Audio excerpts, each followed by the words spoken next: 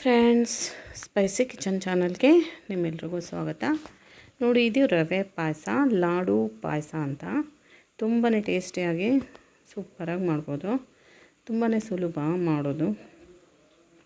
ಈ ರವೆ ಪಾಯಸದ ಜೊತೆ ಲಾಡು ಹಾಕ್ಕೊಂಡು ತಿಂದರೆ ತುಂಬಾ ಟೇಸ್ಟಿಯಾಗಿರುತ್ತೆ. ಇದು ಹಳ್ಳಿಗಳ ಕಡೆ ಫಂಕ್ಷನ್ಗಳಲ್ಲೆಲ್ಲ ಮಾಡ್ತಾರೆ ಈ ಥರ. ಇದು ನೋಡಿ, ಬನ್ಸಿ ರವೆ 1 kg ಬನ್ಸಿ ರವೆ ತೊಗೊಂಡಿದ್ದೀನಿ ನಾನಿಲ್ಲಿ. 1 kg ಬನ್ಸಿ ರವೆಗೆ 1 kg ಬೆಲ್ಲನ ಕುಟ್ಟಿ ನೀಟಾಗಿ ಪಾಕ ಮಾಡಿ ಇಟ್ಕೊಂಡಿದ್ದೀನಿ, ಕುದಿಸ್ಕೊಂಡು. ಅದರಲ್ಲಿರೋ ಕಲ್ಲೆಲ್ಲ ಶೋಧಿಸ್ಕೊಂಡು ಇಟ್ಕೊಂಡಿದ್ದೀನಿ. ಇಲ್ಲಿ 1 kg ರವೆಗೆ ಅಳತೆ ಮಾಡ್ಕೊಂಬಿಟ್ಟು ಅದೇ ಬಟ್ಲಲ್ಲಿ 6ರಿಂದ 7 ಬಟ್ಲು ನೀರು ಹಾಕ್ಕೋಬೇಕು. ಹಾಗಾದರೆ ಕ್ವಾಂಟಿಟಿ ಕರೆಕ್ಟ್ ಆಗುತ್ತೆ, ತೆಳುವಾಗಿ ಚೆನ್ನಾಗಾಗತ್ತೆ. ನೀರು ಚೆನ್ನಾಗಿ ಕುದೀತಾ ಇದೆ. ಈಗ ಈ ಹುರಿದಿಟ್ಕೊಂಡಿರೋಂಥ ಬನ್ಸಿ ರವೆನ ಇದಕ್ಕೆ ಹಾಕ್ತಾಯಿದ್ದೀನಿ. ಮೀಡಿಯಮ್ ರವೆಲೂ ಮಾಡ್ಬೋದು. ಬನ್ಸಿ ರವೆಲಿ ಮಾಡಿದ್ರೆ ತುಂಬಾ ಟೇಸ್ಟಿಯಾಗಿ ಬರುತ್ತೆ. 1 ಬಟ್ಲು ರವೆಗೆ 6ರಿಂದ 7 ಬಟ್ಲು ಹಾಕಬೇಕು ನೀರನ್ನ. ಹಾಕಿದ್ರೆ ಕರೆಕ್ಟಾಗುತ್ತೆ. ಇದು 1 ಕಾಯಿನ ತುರಿದ್ಬಿಟ್ಟು ಇಟ್ಕೊಂಡಿದ್ದೀನಿ, ಮತ್ತು ಏಲಕ್ಕಿ ಪುಡಿ.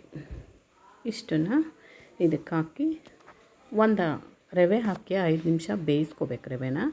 ರವೆ ಬೆಂದಾದಮೇಲೆ ಇದಕ್ಕೆ ಕಾಯಿ ಹಾಕ್ಕೊಳ್ಳೋಣ. 1 ತುರಿದಿರೋ ಕಾಯಿ ಹಾಕ್ಕೊಂಡು ಏಲಕ್ಕಿ ಪುಡಿ ಮತ್ತು ಕುದಿಸ್ಕೊಂಡಿರೋಂಥ ಬೆಲ್ಲದ ಪಾಕ, ಇದನ್ನು ಇದಕ್ಕೆ ಹಾಕ್ಕೊಂಡು ಮಿಕ್ಸ್ ಮಾಡಿಕೊಂಡು ಚೆನ್ನಾಗಿ 10 ನಿಮಿಷ ಕುದಿಸ್ಕೊಂಡ್ರೆ ರವೆ ಪಾಯಸ ಸಿಂಪಲ್ಲಾಗಿ ಟೇಸ್ಟಿಯಾಗಿ ರೆಡಿ ಆಯಿತು.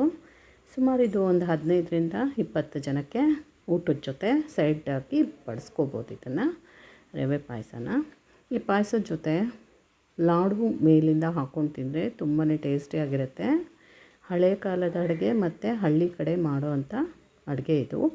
ತುಂಬಾ ಟೇಸ್ಟಿಯಾದ ರವೆ ಪಾಯಸ ಲಾಡು ಜೊತೆ ಸರ್ವ್ ಮಾಡ್ಕೊಂಡು ತಿಂದರೆ ಟೇಸ್ಟಿಯಾಗಿರುತ್ತೆ. ನಿಮಗೆ ನನ್ನ ವೀಡಿಯೋಸ್ ಇಷ್ಟ ಆದರೆ ಪ್ಲೀಸ್ ಲೈಕ್ ಮಾಡಿ, ಶೇರ್ ಮಾಡಿ, ಸಬ್ಸ್ಕ್ರೈಬ್ ಮಾಡ್ಕೊಳ್ಳಿ.